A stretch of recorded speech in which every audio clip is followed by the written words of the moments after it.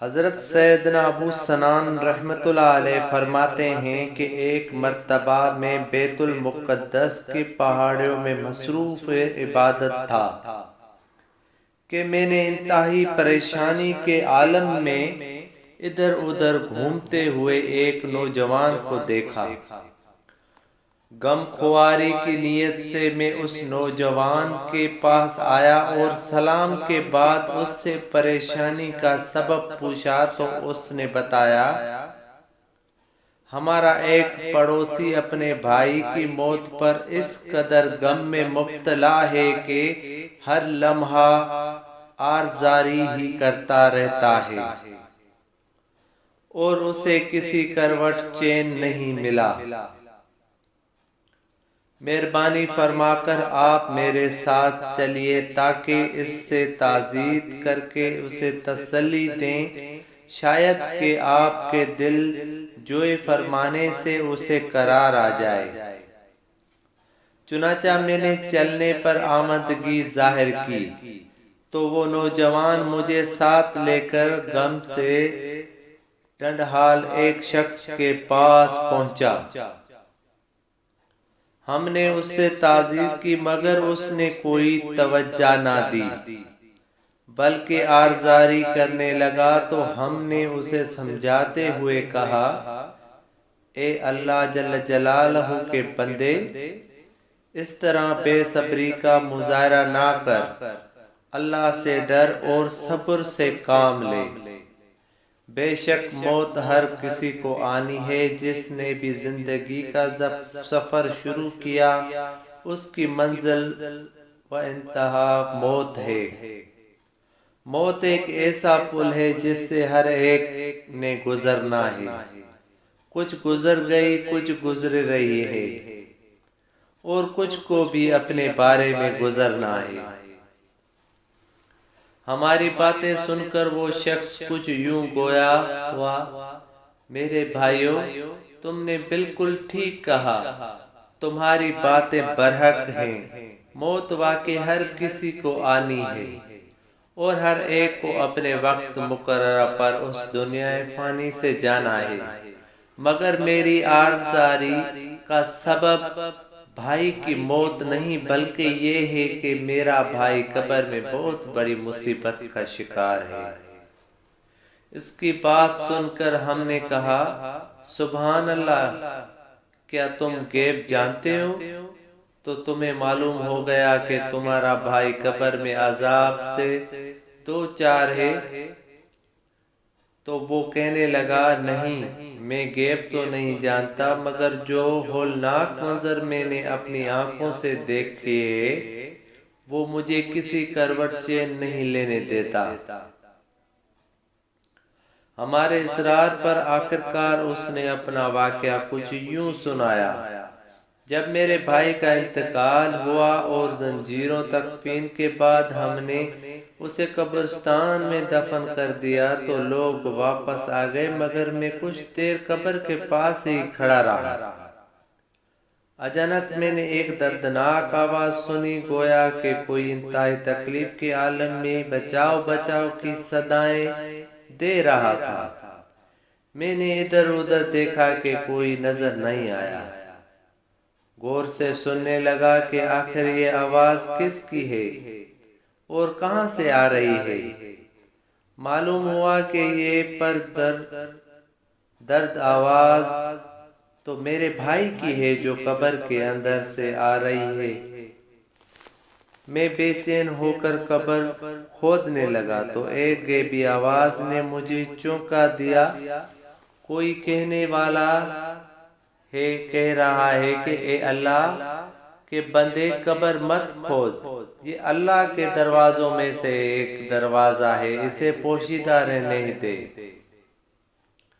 آواز سن کر میں ڈر گیا اور قبر کھودنے سے باز آ گیا۔ جب وہاں سے اٹھ کر جانے لگا تو میں نے پھر اپنے بھائی کی دردناک آواز سنی جو بڑے خراب سے بچاؤ بچاؤ پکار رہا تھا۔ مجھے اپنے بھائی پر ترس آنے لگا اور میں نے دوبارہ قبر کھودنا شروع کر دی۔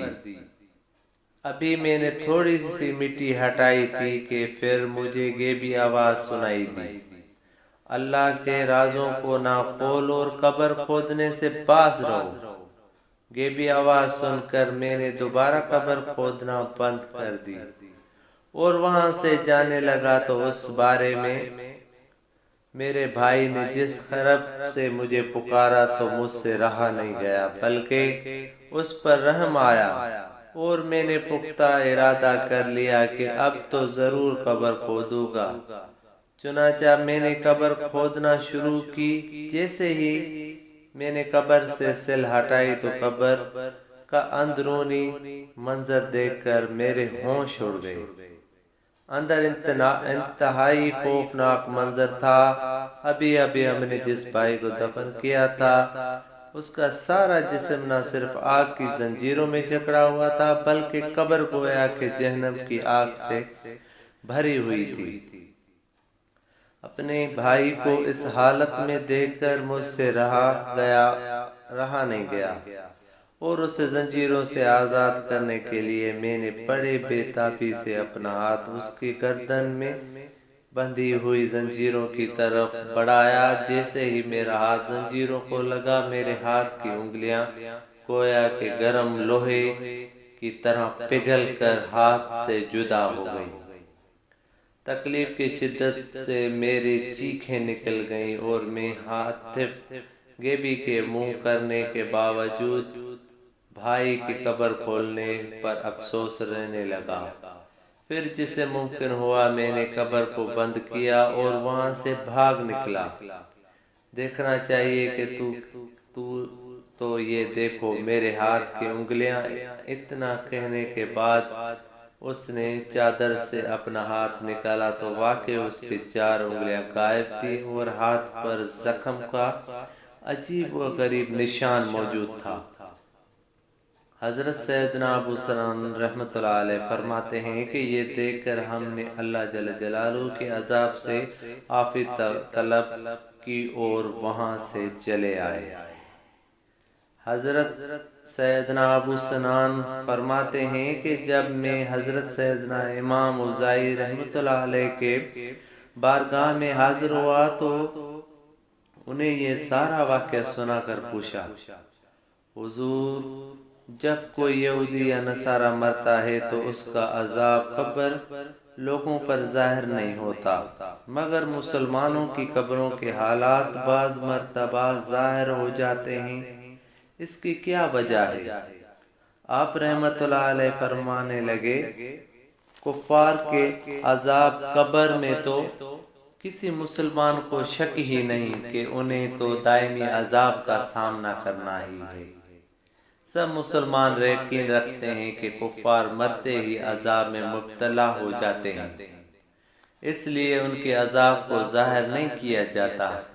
ہاں بعض مرتبہ گنہگار مسلمانوں کی قبروں کا حال لوگوں پر ظاہر کر دیا جاتا ہے تاکہ لوگ عبرت پکڑیں اور گناہوں سے تائب ہو کر اپنے پاک پروردگار جل جلالہ کی رضا والے اعمال کی طرف راغب ہو۔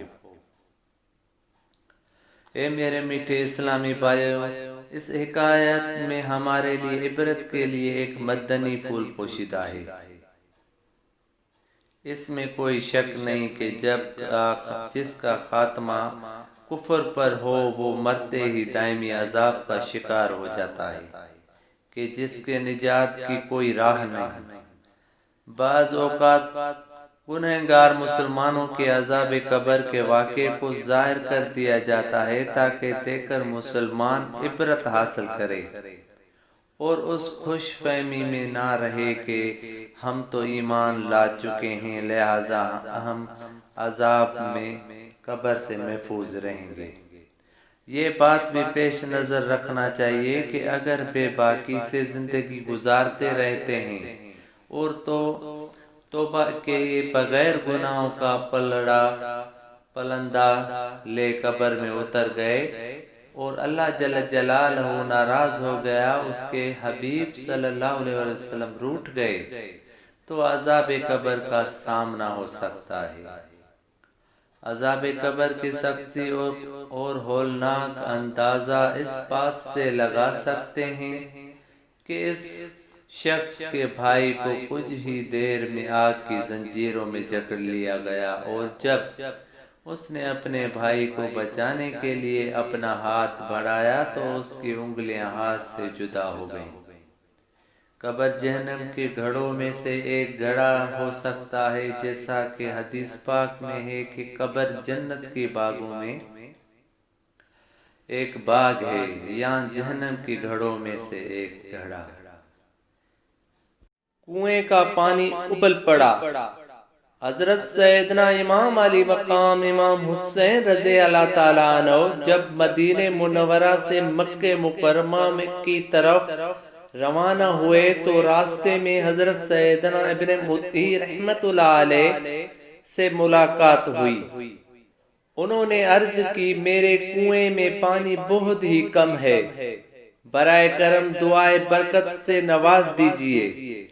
آپ رضی اللہ تعالیٰ عنہ نے اس کنویں کا پانی طلب فرمایا۔ جب پانی کا ڈول حاضر کیا گیا تو آپ رضی اللہ تعالیٰ عنہ نے منہ لگا کر اس میں سے پانی نوش کیا اور کلی کی، پھر ڈول کو واپس کنویں میں ڈال دیا تو کنویں کا پانی کافی بڑھ بھی گیا اور پہلے سے زیادہ میٹھا اور لذیذ تھا۔ حضرت سیدنا امام حسین رضی اللہ تعالیٰ عنہ یوم عاشوراء یعنی بروز جمعۃ المبارک 10 محرم الحرام 21 کو یزیدوں پر اتمام حجت کرنے کے لیے جس وقت میدان کربلا میں خطبہ ارشاد فرما رہے تھے، اس وقت آپ رضی اللہ تعالیٰ عنہ کے مظلوم قافلے کے خیموں کی حفاظت کے لیے خندق میں روشن کردہ آگ کی طرف دیکھ کر ایک بد زبان یزید مالک بن عروہ اس طرح بکواس کرنے لگا کہ اے حسین، تم نے وہاں کی آگ سے پہلے یہیں آگ لگا دی۔ حضرت سیدنا امام علی مقام رضی اللہ تعالیٰ عنہ نے فرمایا، اے دشمن خدا، تو جھوٹا ہے، کیا تجھے یہ گمان ہے کہ معاذ اللہ جل جلالہ میں دوزخ میں جاؤں گا؟ امام علی مقام رضی اللہ تعالیٰ عنہ کے قافلے میں ایک جان نثار نوجوان حضرت سیدنا مسلم بن اسجا رضی اللہ تعالیٰ عنہ نے حضرت امام علی مقام رضی اللہ تعالیٰ عنہ سے اس منہ پھٹ بد لگام کے منہ پر تیر مارنے کی اجازت طلب کی۔ حضرت امام علی مقام رضی اللہ تعالیٰ عنہ نے یہ فرما کر اجازت دینے سے انکار کیا کہ ہماری طرف سے حملے کا آغاز نہیں ہونا چاہیے۔ پھر امام تشنا کام رضی اللہ تعالیٰ عنہ نے وسط دعا بلند کر کے عرض کی کہ اے رب العزت، اس بد لگام کو عذاب نار سے قبل بھی اس دنیا پائیدار میں آگ کے عذاب میں مبتلا فرما۔ فوراً دعا مستجاب قبول ہوئی اور اس کے گھوڑے کا پاؤں زمین کے ایک سوراخ پر پڑا، جس سے گھوڑے کو جھٹکا کر اور بے ادب و گستاخی یزیدی گھوڑے سے گرا۔ اس کا پاؤں رکاب میں الجھا، گھوڑا اسے گھسیٹتا ہوا دوڑا اور آگ کی خندق میں ڈال دیا اور بد نصیب آگ میں جل کر بھسم ہو گیا۔ امام علی مقام رضی اللہ تعالیٰ عنہ سجدہ شکر ادا کیا اور عرض کی، یا اللہ جل جلالہ، تیرا شکر ہے کہ تو نے آل رسول کے گستاخ کو سزا دی۔ گستاخ و بد لگام یزید کا ہاتھوں بھیانک انجام دیکھ کر بھی بجائے عبرت حاصل کرنے کے لیے اس کو ایک اتفاقی امر سمجھنے ہوئے ایک بے باک یزید نے بکا، آپ کو اللہ جل جلالہ کے رسول صلی اللہ علیہ وآلہ وسلم سے کیا نسبت؟ یہ سن کر قلب امام کو سخت ایذا پہنچی اور تڑپ کر دعا مانگی، اے رب جل جلالہ، اس بد گفتار کو اپنے عذاب میں گرفتار فرما۔ دعا کا اثر ہاتھوں ہاتھ ظاہر ہوا۔ اس بکواس کو ایک دم قضائے حاجت کی ضرورت پیش آئی، فوراً گھوڑے سے اتر کر ایک طرف کو بھاگا اور برہنہ ہو کر بیٹھا۔ ناگہاں ایک سیاہ بچھو نے ڈنگ مارا۔ انجاس آلودہ تڑپا تڑپا کر نہایت ہی لذت کے ساتھ اپنے لشکروں کے سامنے اس بد زبان کی جان نکل گئی، مگر ان سنگ دلوں اور بے شرموں کو عبرت نہ ہوئی کہ واقع وہ ان لوگوں سے اتفاقی امر سمجھ کر نظر انداز کر دیا۔ یزید فوج کا ایک سخت دل مزنی شخص امام علی مقام رضی اللہ تعالیٰ عنہ کے سامنے آ کر یوں بکنے لگا، دیکھو تو صحیح دریائے فرات کیسا موجیں مار رہا ہے، خدا کی قسم تمہیں اس کا ایک قطرہ بھی نہ ملے گا اور تم یوں ہی پیاسے ہلاک ہو جاؤ گے۔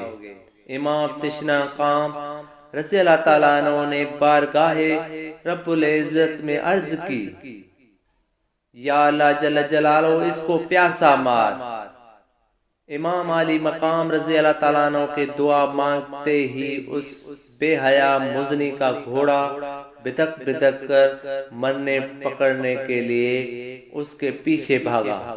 پیاس کا غلبہ ہوا، اس شدت کی پیاس لگی کہ یعنی ہائے پیاس پکار رہا تھا، مگر پانی جب اس کے منہ سے لگاتے تھے تو ایک قطرہ بھی نہ پی سکا، یہاں تک کہ اسی شدت پیاس میں تڑپ تڑپ کر مر گیا۔ خولی بن یزید کا دردناک انجام۔ دنیا کی محبت اور مال زر کی ہوس انسان کو اندھا اور انجام سے بے خبر کر دیتی ہے۔ بدبخت خولی بن یزید نے دنیا ہی کی محبت کی وجہ سے مظلوم کربلا کا سر انور تن سے جدا کیا تھا، مگر چند ہی برس کے بعد اس دنیا میں ہی اس کا ایسا خوفناک انجام ہوا کہ کلیجہ کانپ جاتا ہے۔ چنانچہ چند ہی برس کے بعد مختار سقفی کے قاتلین امام حسین کے خلاف جو انتقامی کارروائیاں کی، اس ضمن میں صدر الحفاظ حضرت علامہ محمد نعیم الدین مراباد فرماتے ہیں، مختار نے ایک حکم دیا کہ کربلا میں جو شخص لشکر یزید کے سپہ سالار عمر بن سعد کا شریک تھا وہ جہاں پایا جائے مار ڈالا جائے۔ یہ حکم سن کر کوفے کے جعفر شاہ سور باصرہ بہا گنا شروع ہوئے۔ مختار کے لشکر نے ان کا تعاقب کیا، جس کو جہاں پایا ختم کر دیا، لاشیں جلا ڈالی، گھر لوٹ لیے۔ خولی بن یزید وہ خبیث ہے جس کے حضرت امام علی مقام حضرت حسین رضی اللہ تعالیٰ عنہ کا سر مبارک تن اقدس سے جدا کیا تھا۔ یہ روسیہ بھی گرفتار کر کے مختار کے پاس لایا گیا۔ مختار نے پہلے اس کے چاروں ہاتھ پیر کٹوائے، پھر سولی پر چڑھایا، آخر آگ میں جھونک دیا۔ اس طرح لشکر بن سعد کے تمام اشرار کو طرح طرح کے عذابوں کے ساتھ ہلاک کیا۔ 6000 کوفے جو حضرت امام علی مقام رضی اللہ تعالیٰ عنہ کے قتل میں شریک تھے، ان کو مختار نے طرح طرح کے عذابوں کے ساتھ ہلاک کر دیا۔ حضرت سیدنا ابو سنان رحمۃ اللہ علیہ فرماتے ہیں کہ ایک مرتبہ میں بیت المقدس کی پہاڑوں میں مصروف عبادت تھا کہ میں نے انتہائی پریشانی کے عالم میں ادھر ادھر گھومتے ہوئے ایک نوجوان کو دیکھا۔ غم خواری کی نیت سے میں اس نوجوان کے پاس آیا اور سلام کے بعد اس سے پریشانی کا سبب پوچھا تو اس نے بتایا، ہمارا ایک پڑوسی اپنے بھائی کی موت پر اس قدر غم میں مبتلا ہے کہ لمحہ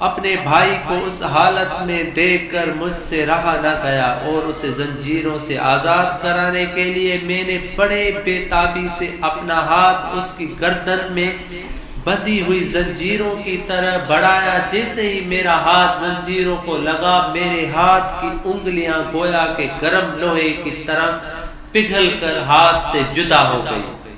تکلیف کی شدت سے میری چیخیں نکل گئی اور میں حائف گیبی کے منع کرنے کے باوجود بھائی کی قبر کھولنے پر افسوس کرنے لگا۔ پھر جیسے ممکن ہوا میں نے قبر کو بند کیا اور وہاں سے بھاگ نکلا۔ دیکھنا چاہیے ہو تو یہ دیکھو۔ میرے ہاتھ کی انگلیاں اتنا کہنے کے بعد اس نے چادر سے اپنا ہاتھ نکالا تو واقع اس کی 4 انگلیاں غائب تھی اور ہاتھ پر زخم کا عجیب و غریب نشان موجود تھا۔ حضرت سیدنا ابو سنان رحمۃ اللہ علیہ فرماتے ہیں کہ یہ دیکھ کر ہم نے اللہ جل جلالہ کے عذاب سے عافیت طلب کی اور وہاں سے چلے آئے۔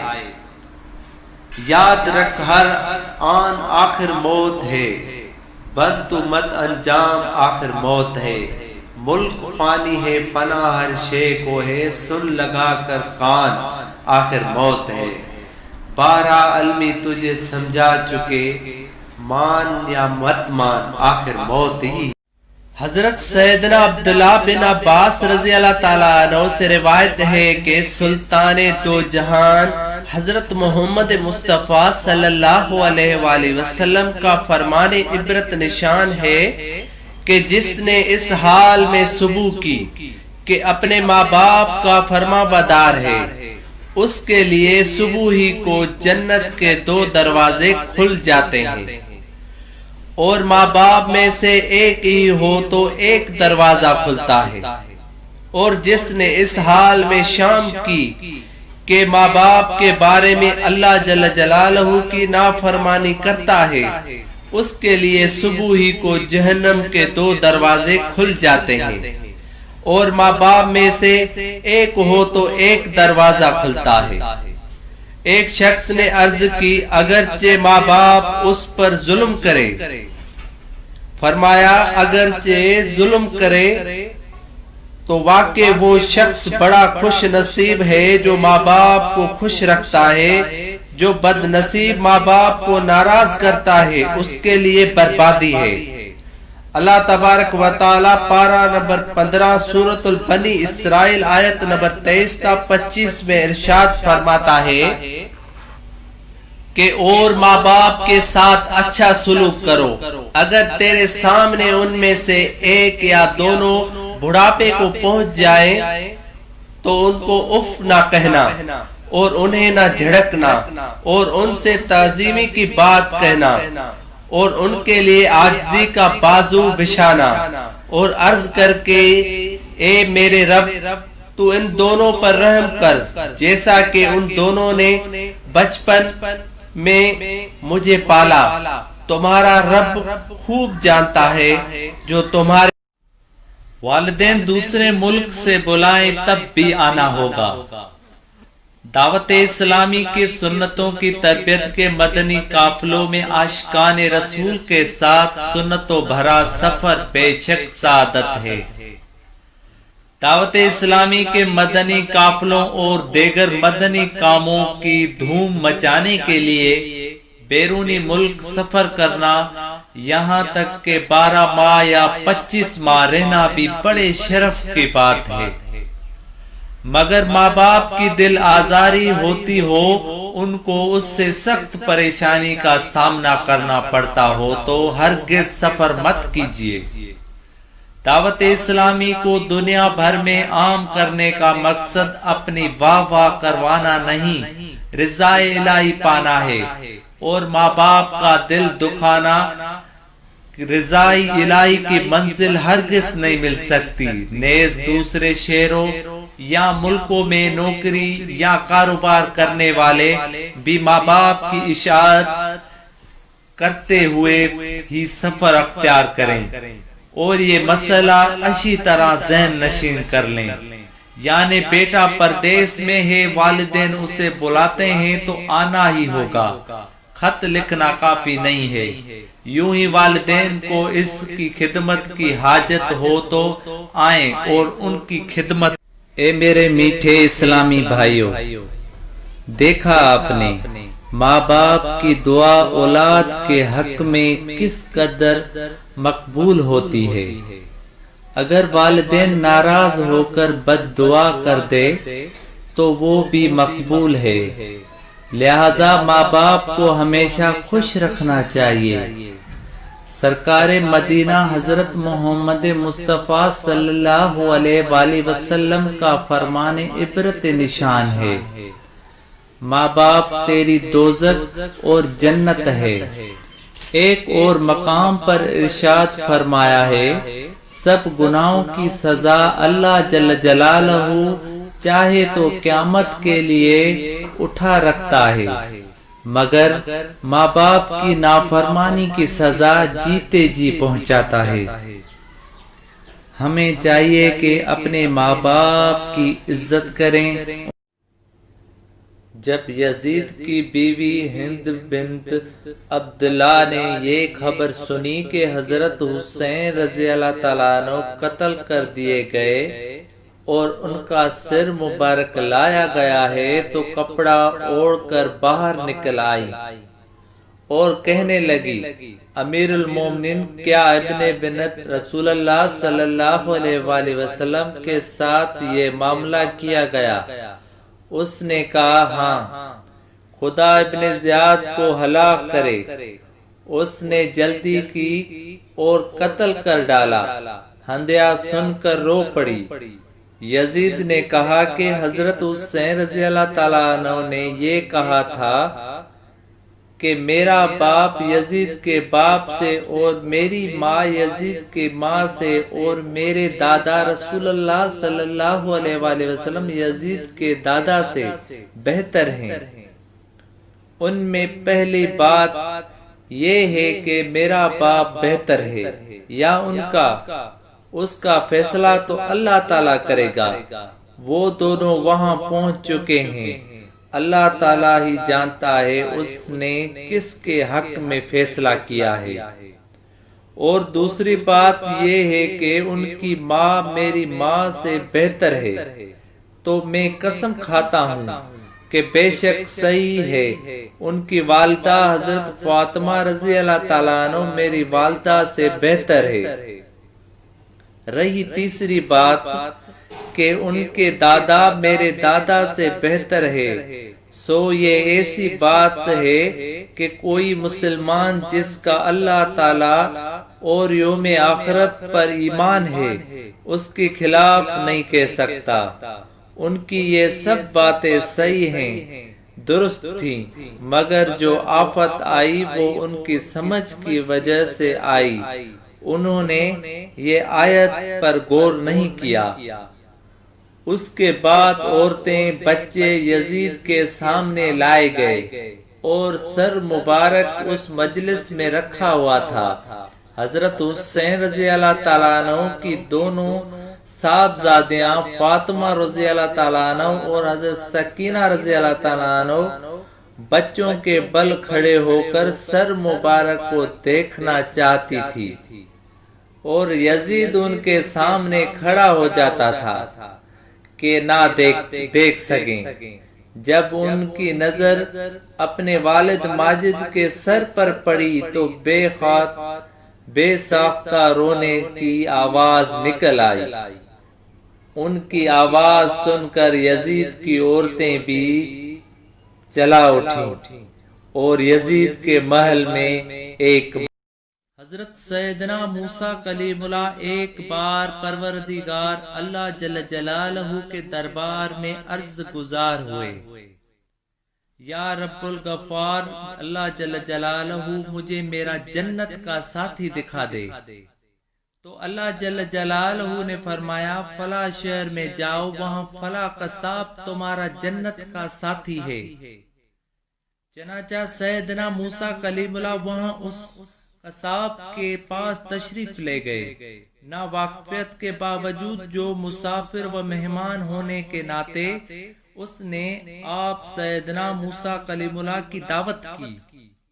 جب کھانا کھانے بیٹھے تو اس نے ایک بڑا سا ٹکڑا اپنے پاس رکھ لیا، اندر 2 نوالے ڈالتا اور ایک نوالا خود کھاتا۔ اتنے میں کس نے دروازے پر دستک دی۔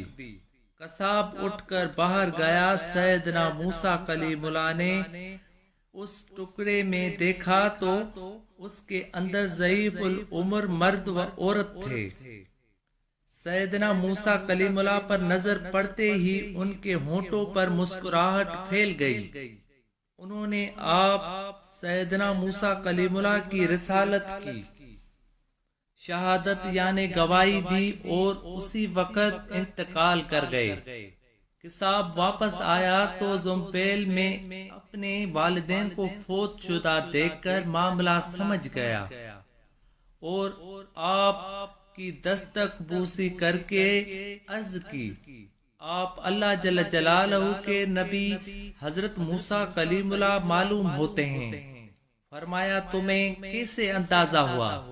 عرض کی میرے باپ باپ روزانہ گڑ گڑا کر دعا کیا کرتے تھے کہ یا اللہ جل جلالہ ہمیں حضرت موسیٰ کلیم اللہ کے جلوے میں موت نصیب فرما۔ ان دونوں کے اس طرح اچانک انتقال فرمانے میں نے اندازہ لگایا کہ آپ ہی حضرت سیدنا موسیٰ کلیم اللہ ہوں گے۔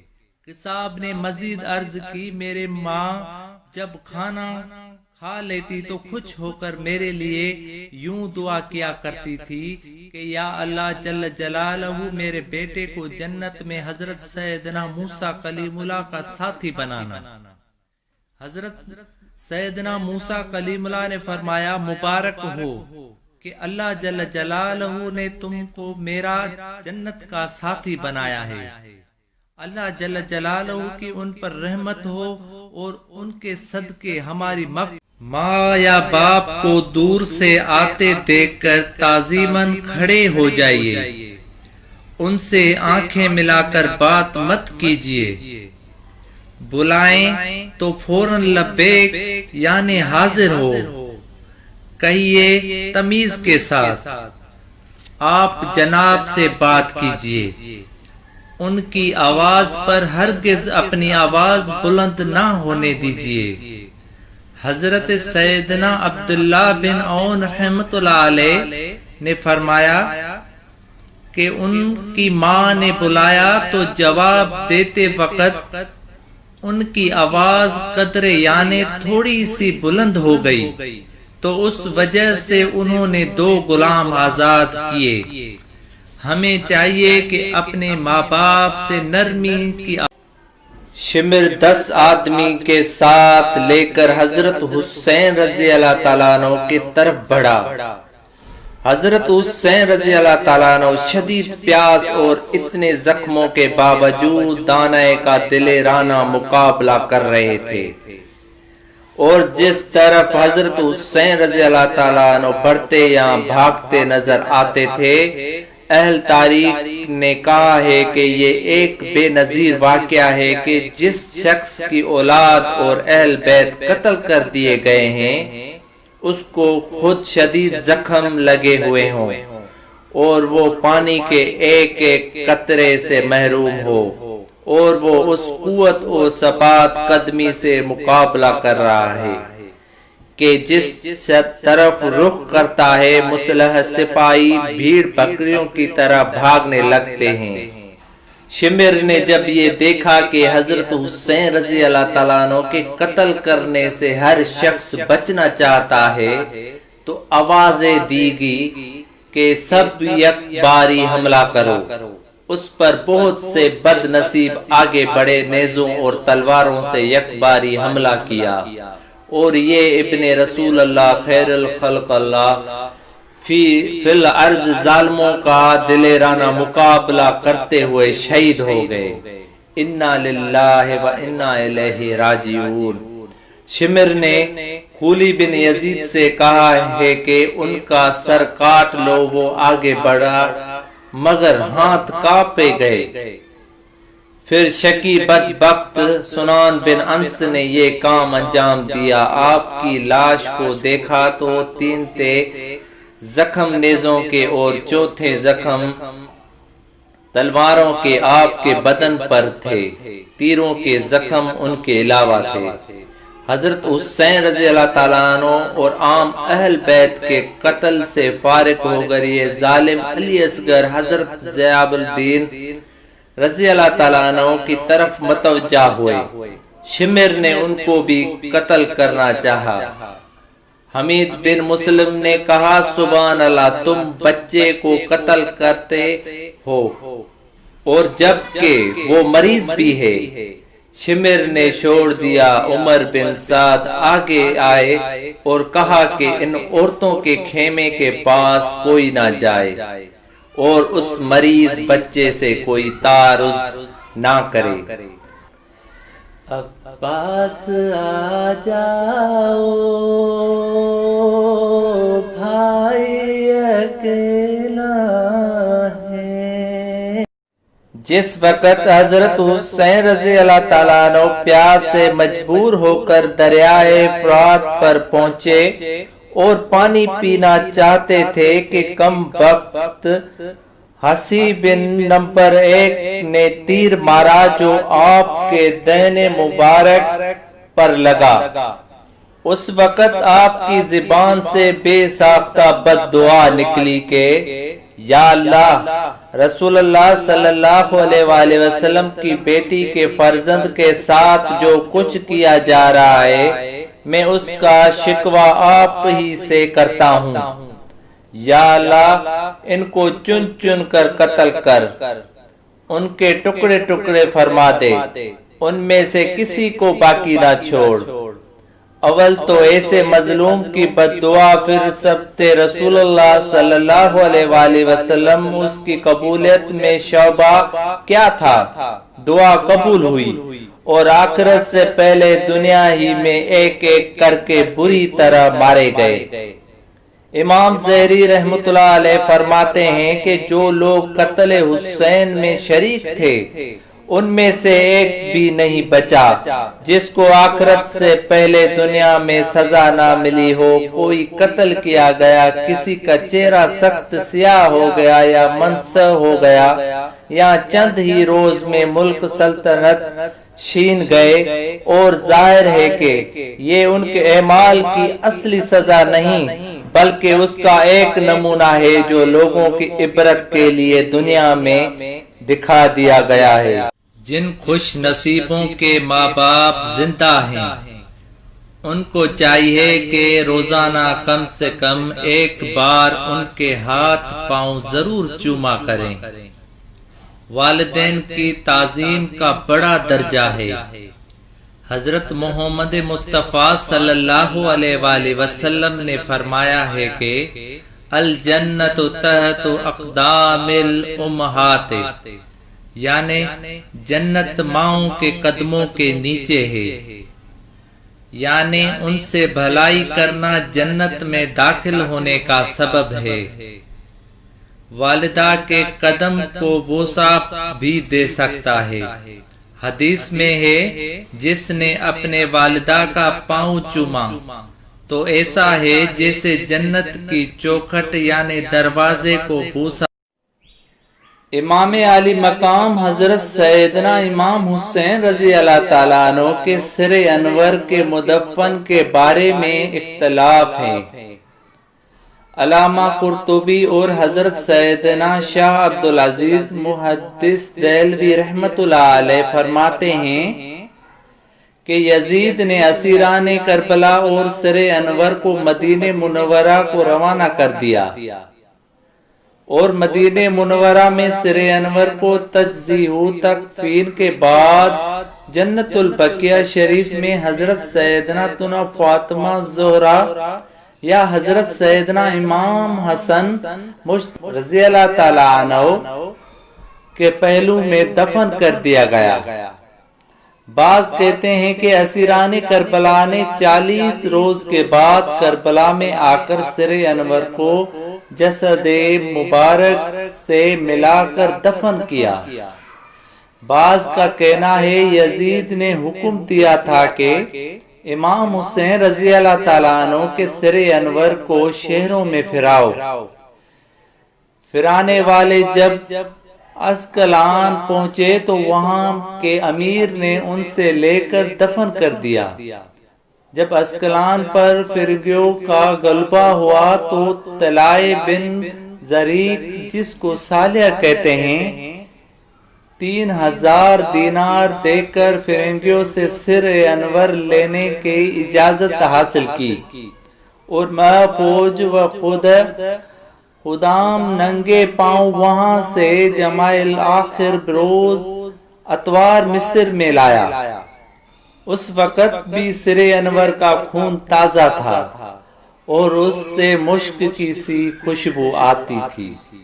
پھر اس نے سبز حریر ریشم کی تھیلی میں آبنوسی کرسی پر رکھ کر اس کے ہم وزن مشک و عنبر اور خوشبو اس کے نیچے اور ارد و گرد رکھوا کر اس پر مشہد حسینی بنوایا۔ چنانچہ قریب خان خلیلی کے مشہدی حسین، ایک بڑا آدمی حضرت حسین رضی اللہ تعالیٰ عنہ کے قتل میں شریک تھا، وہ دفتہ نابینا ہو گیا تو لوگوں نے سبب پوچھا۔ اس نے کہا کہ میں نے رسول اللہ صلی اللہ علیہ وآلہ وسلم کو خواب میں دیکھا کہ آنچیں چڑھائے ہوئے ہیں، ہاتھ میں تلوار ہے، اور آپ کے سامنے چمڑے کا وہ فرش ہے جس پر کسی کو قتل کیا جاتا ہے، اور اس پر قاتلان حسین رضی اللہ تعالیٰ عنہ میں سے 10 آدمیوں کی لاشیں ذبح کی ہوئی پڑی ہیں۔ اس کے بعد آپ نے مجھے ڈانٹا اور خون حسین رضی اللہ تعالیٰ عنہ کی ایک سلائی میری آنکھوں میں لگا دی۔ میں صبح اٹھا تو اندھا تھا۔ جس شخص نے حضرت حسین رضی اللہ تعالیٰ عنہ کے سر مبارک کو اپنے گھوڑے کے گردن میں لٹکایا تھا، اس کے بعد اسے دیکھا گیا کہ اس کا منہ کالا تار پول ہو گیا۔ لوگوں نے پوچھا کہ تم سارے عرب میں خوش رو آمدی تھے، تمہیں کیا ہوا؟ اس نے کہا جس روز سے میں نے یہ سر گھوڑے کے گردن میں لٹکایا، جب ذرا سوتا ہوں تو 2 آدمی میرے بازو پکڑتے ہیں اور مجھے ایک دھڑکتی آگ میں لے جاتے ہیں اور اس میں ڈال دیتے ہیں جو مجھے جھلسا کر دیتی ہے، اور اسی حالت میں چند روز کے بعد مر گیا۔ ایک شخص کی دعوت کی مجلس میں یہ ذکر چلا کہ حضرت حسین رضی اللہ تعالیٰ عنہ کے قتل میں جو بھی شریک ہوا اس کو دنیا میں بھی جلد سزا مل گئی۔ اس شخص نے کہا کہ بالکل غلط ہے، میں تو خود دانے کے قتل میں شریک تھا، میرا کچھ بھی نہیں بگڑا۔ یہ شخص مجلس سے اٹھ کر گھر گیا، جاتے ہوئے چراغ کی بتی درست کرتی ہوئی اس کے کپڑوں میں آگ لگ گئی اور وہیں جل کر بھسم ہو گیا۔ کہتے ہیں کہ میں نے خودان کو صبح دیکھا تو کوئلہ ہو چکا تھا۔ جس شخص نے حضرت حسین رضی اللہ تعالیٰ عنہ کو تیر مارا اور پانی نہیں پینے دیا، اس پر اللہ تعالیٰ نے ایسی پیاس مسلط کر دی کہ کسی طرح پیاس بجھتی نہ تھی۔ پانی کتنا بھی پی جائے پیاس سے تڑپتا رہتا تھا، یہاں تک کہ اس کا پیٹ پھٹ گیا اور وہ مر گیا۔ ہمیں ہر وقت اللہ جل جلالہ کی خفیہ تدبیر سے ڈرتے رہنا چاہیے۔ اپنے علم شان و شوکت اور جسمانی طاقت پر گھمنڈ سے بچنا اور چرب زبانی اور فحشا سے پرہیز کرنا ضروری ہے، کیونکہ نامعلوم علم الہی جل جلالہ میں ہمارا کیا مقام ہوگا۔ کہیں ایسا نہ ہو کہ ایمان برباد ہو جائے۔ ایمان کی حفاظت کے لیے کڑ ہونے کا ذہن بنانے۔ عشق مصطفیٰ و اصحاب اہل بیت صلی اللہ علیہ وآلہ وسلم و رضی اللہ تعالیٰ عنہ پانی، دینی معلومات فرمانے پڑھانے، اپنے آپ کو برائیوں سے بچانے، نیکیاں اپنانے اور خوب ثواب کمانے کی خاطر تمام اسلامی بھائیوں کو چاہیے کہ ہر ماہ کم سے کم 3 دن کے لیے دعوت اسلامی کی سنتوں کی تربیت کے مدنی قافلوں میں عاشقان رسول کے ساتھ سنتوں بھر سفر فرمائیں۔ یا اللہ جل جلالہ شان خیر الانام، اصحابہ کرام، شہید، مظلوم، امام علی مقام اور جملہ شہداء و اسیران کربلا صلی اللہ علیہ وآلہ وسلم کا واسطہ ہمارا ایمان سلامت رکھ، ہمیں قبر و حشر میں امان بخش اور ہمارے بے حساب مغفرت فرما۔ یا اللہ جل جلالہ ہمیں زیر گنبد حضرہ جلوت محبوب صلی اللہ علیہ وآلہ وسلم میں ایمان و عافیت کی ساتھ شہادت، جنت البقیہ میں مدفن اور جنت الفردوس میں اپنے پیارے حبیب صلی اللہ علیہ وآلہ وسلم کا پڑوس۔ حضرت سیدنا زید بن ارقم رضی اللہ تعالیٰ عنہ کا بیان ہے کہ جب یزیدوں نے حضرت امام علی مقام سیدنا امام حسین رضی اللہ تعالیٰ عنہ کے سر انور کو نیزے پر چڑھا کر کوفے کے گلیوں میں گشت کیا، اس وقت میں نے اپنے مکان کے بالا خانہ پر تھا۔ جب سر مبارک میرے سامنے سے گزرا تو میں نے سنا کہ سر پاک نے سورۃ الکہف کی آیت کی تلاوت فرمائی۔ اسی طرح ایک دوسرے بزرگ رحمت اللہ علیہ نے فرمایا کہ جب یزیدوں نے سر مبارک کو نیزے سے اتار کر ابن زیاد بدنیاد کے محل میں داخل کیا تو آپ رضی اللہ تعالیٰ عنہ نے مقدس ہونٹ ہل رہے تھے اور زبان مقدس پر پارا سورۃ الابراہیم کی آیت کی تلاوت جاری تھی۔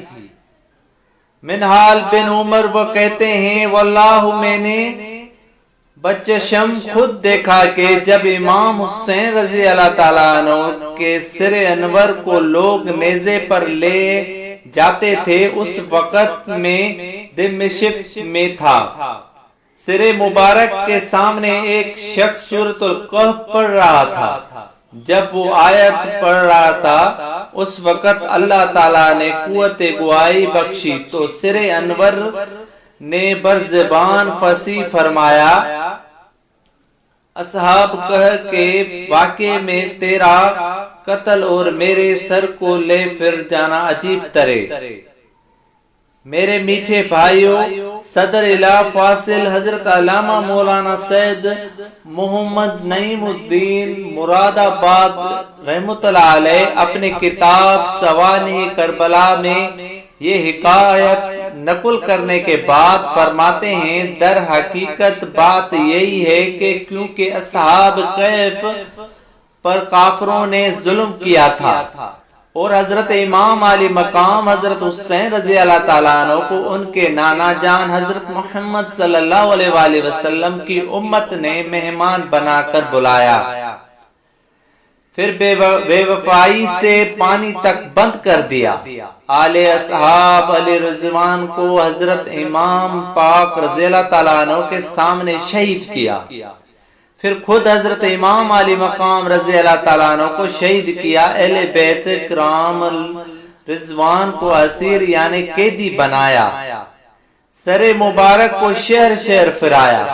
اصحاب کہف سال ہا سال طویل نیند کے بعد بولے یہ ضرور عجیب ہے مگر سر انور کا تن مبارک سے جدا ہونے کے بعد بھی کلام فرمانا عجیب تر ہے۔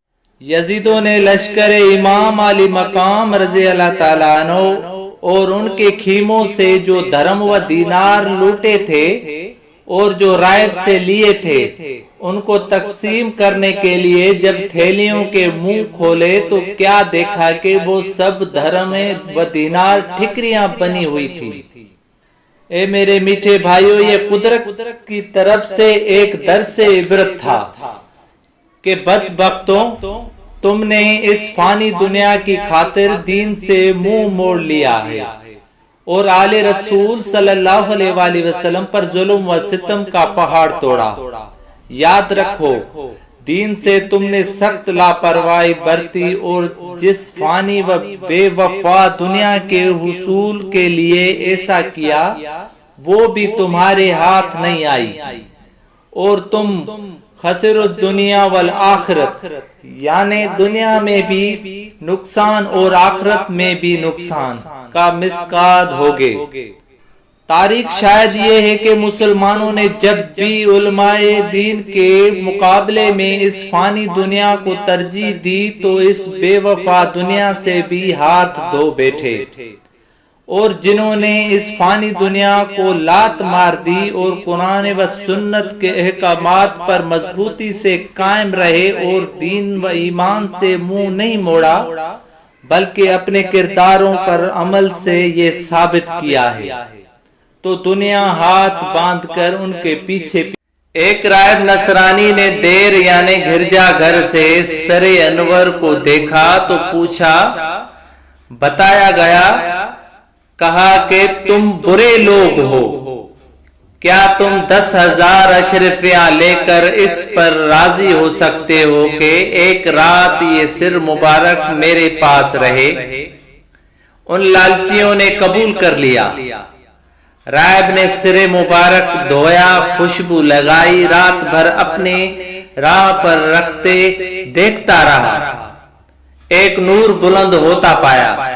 راہب نے وہ رات رو کر کاٹی، صبح اسلام لایا اور گرجا گھر اس کا مال و متال چھوڑ کر اپنی زندگی اہل بیت کی خدمت میں گزار دی۔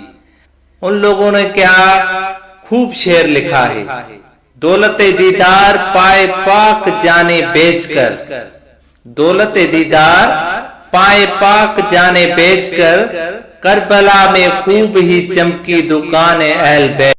دنیا کی محبت اور مال ورز کی ہوس انسان کو اندھا اور انجام سے بے خبر کر دیتی ہے۔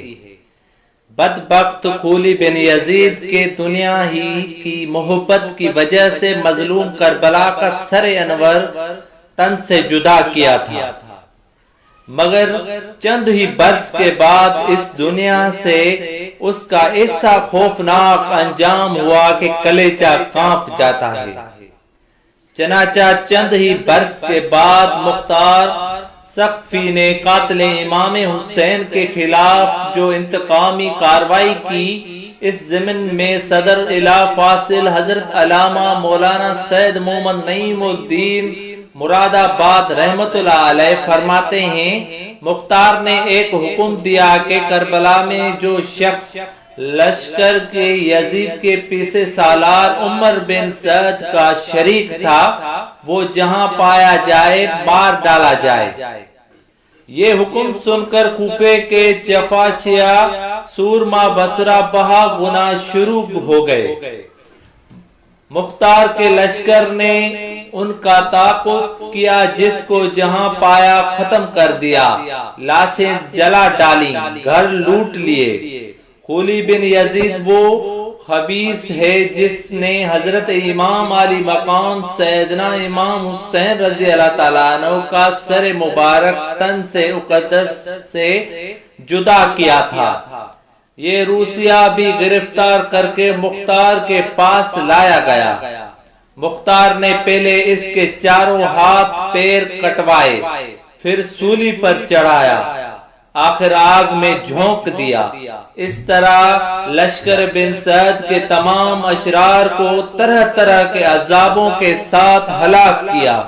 6,000 کوفے جو حضرت امام علی مقام رضی اللہ تعالیٰ عنہ کے قتل میں شریک تھے، ان کو مختار جانے لگا تو اس بارے میں میرے بھائی نے جس خراب سے مجھے پکارا تو مجھ سے رہا نہیں گیا، بلکہ اس پر رحم آیا اور میں نے پختہ ارادہ کر لیا کہ اب تو ضرور قبر کھودوں گا۔ چنانچہ میں نے قبر کھودنا شروع کی۔ جیسے ہی میں نے قبر سے سل ہٹائی تو قبر کا اندرونی منظر دیکھ کر میرے ہوش اڑ گئے۔ اندر انتہائی خوفناک منظر تھا۔ ابھی ہم نے جس بھائی کو دفن کیا تھا اس کا سارا جسم نہ صرف آگ کی زنجیروں میں جکڑا ہوا تھا بلکہ قبر گویا کہ جہنم کی آگ سے بھری ہوئی تھی۔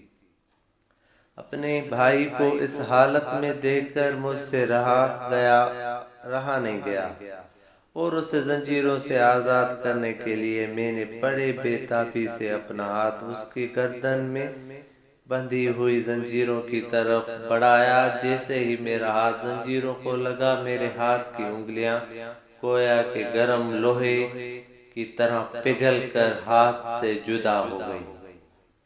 تکلیف کی شدت سے میری چیخیں نکل گئیں اور میں ہاتف گیبی کے منہ کرنے کے باوجود بھائی کی قبر کھولنے پر افسوس رہنے لگا۔ پھر جسے ممکن ہوا میں نے قبر کو بند کیا اور وہاں سے بھاگ نکلا۔ دیکھنا چاہیے کہ تو یہ دیکھو میرے ہاتھ کی انگلیاں۔ اتنا کہنے کے بعد اس نے چادر سے اپنا ہاتھ نکالا تو واقعی اس کی 4 انگلیاں غائب تھیں اور ہاتھ پر زخم کا عجیب و غریب نشان موجود تھا۔ حضرت سیدنا ابو سنان رحمۃ اللہ علیہ فرماتے ہیں کہ یہ دیکھ کر ہم نے اللہ جل جلالہ کے عذاب سے عافی طلب کی اور وہاں سے چلے آئے۔ حضرت سیدنا ابو سنان فرماتے ہیں